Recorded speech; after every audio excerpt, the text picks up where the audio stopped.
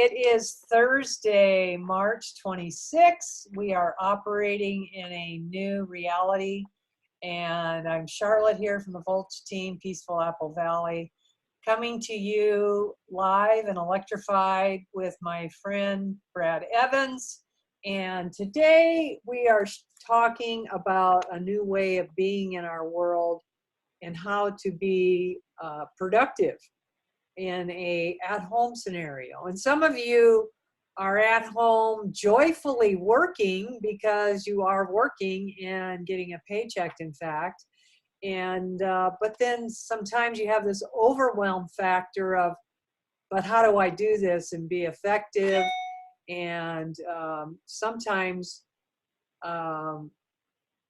with other people around you, or you could be by yourself and you just don't have those motivating factors to keep you engaged to reach the level of productivity that you may imagine or that your coworkers and your boss would imagine you to accomplish.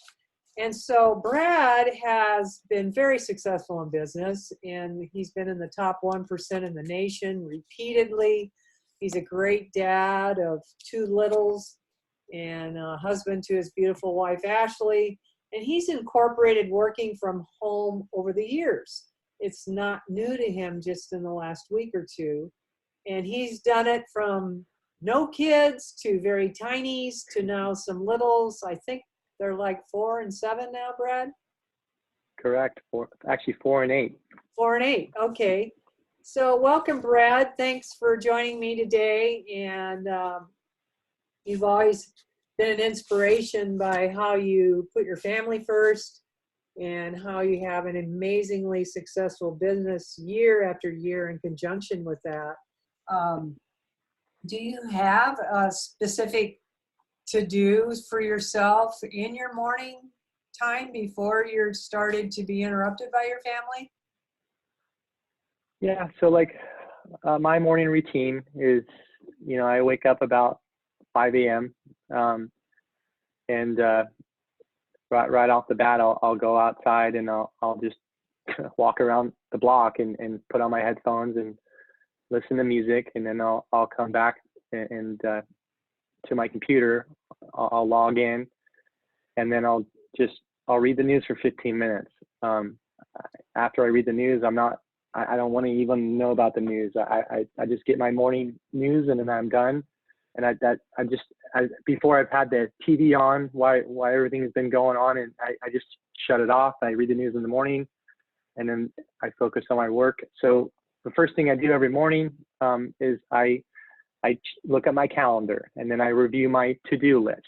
And then I'll add items to my to-do list, and then I'll basically go into my email and I'll check my emails, and I'll probably add more stuff to my to-do list. And then after I do all that, the first thing I do is the thing that's been weighing the most on my mind, or a thing that takes a lot of time and effort. I'll do that first, because once I get the hardest thing out of the way first, I feel so much better during the day, and it just gets me off to a great start, and I don't have that stress about that one thing that's been on my mind. So I do that every morning, and in the afternoon, I need to have a routine too. So I'll, I have my to-do list. I'll review what I didn't do, and I'll move that stuff over to the next day, and then I'll prepare my to-do list for the next day, check my calendar, add those items to my to-do list for the next day.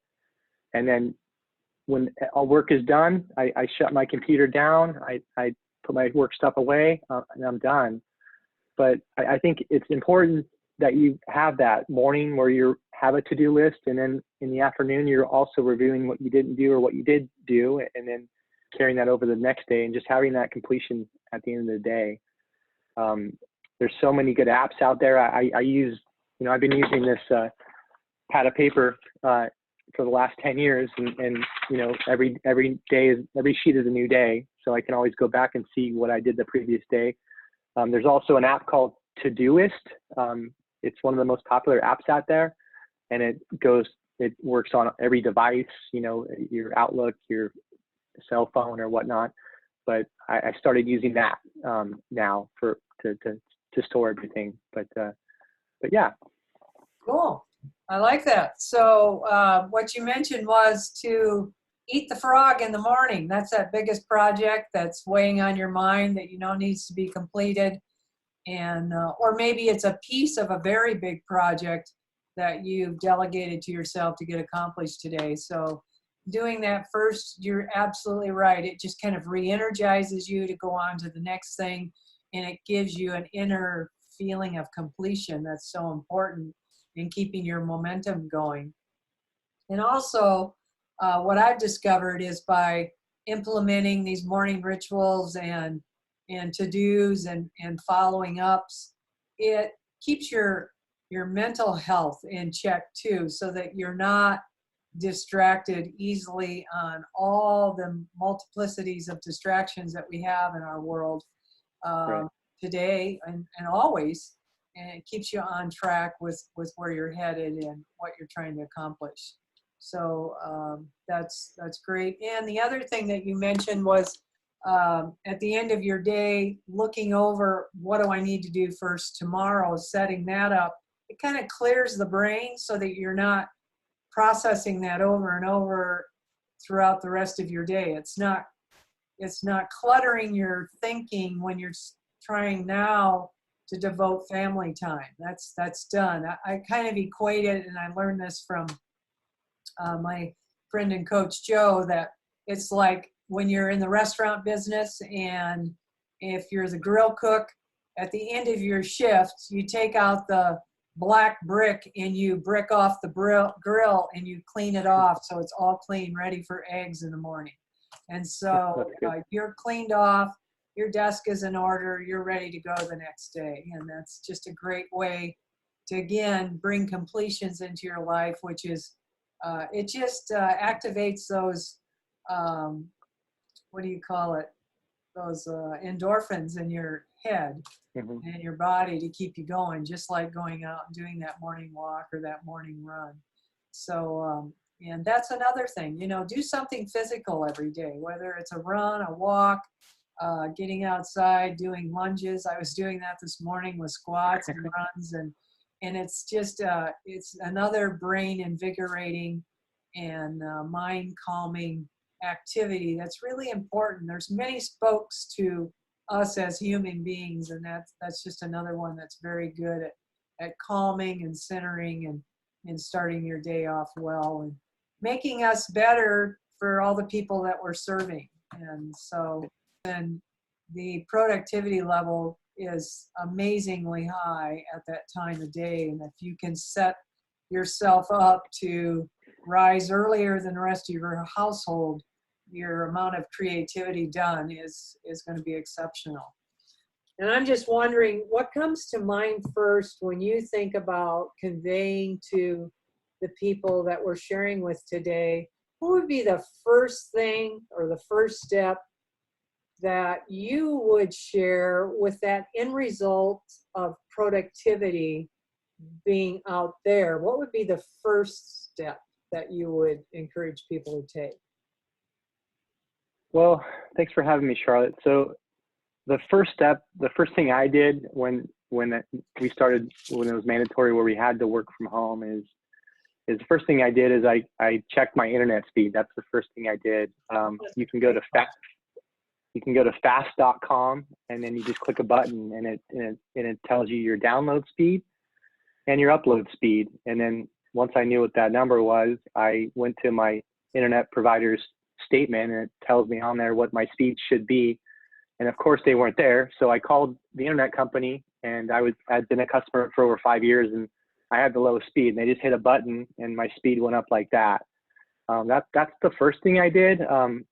I think having 2 computer screens helps a lot with productivity. If you have a laptop, just hooking a cord up to another monitor or TV, just so you have the capability to see 2 screens.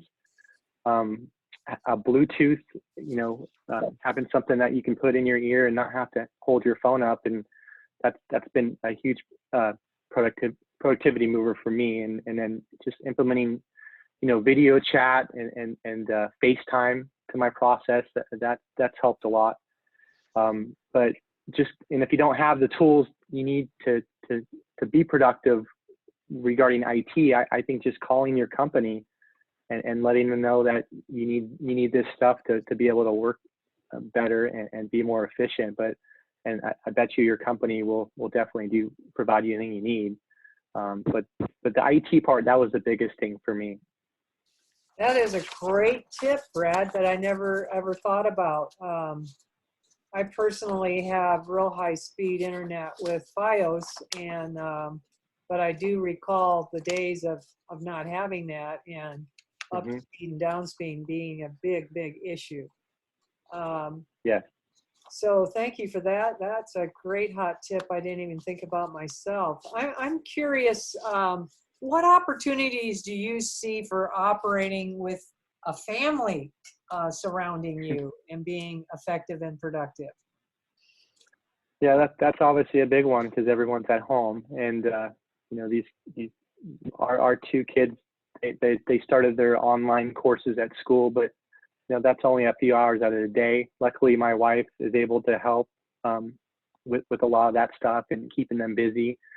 We try to, you know, limit the amount of time they spend on their tablets or watching TV. But what I've noticed when my wife was, you know, just had the flu, I was taking care of the kids during the day, and in some parts of the day I can't be interrupted. So at that time, that's their watch a movie time. You know, I put the movie on, and when I'm done, then we shut that off. But and then just having your own space, you know, whether it be, you know, in a closet, in your master closet, setting up in there, or another room, but just having that separate space from everyone and closing the door.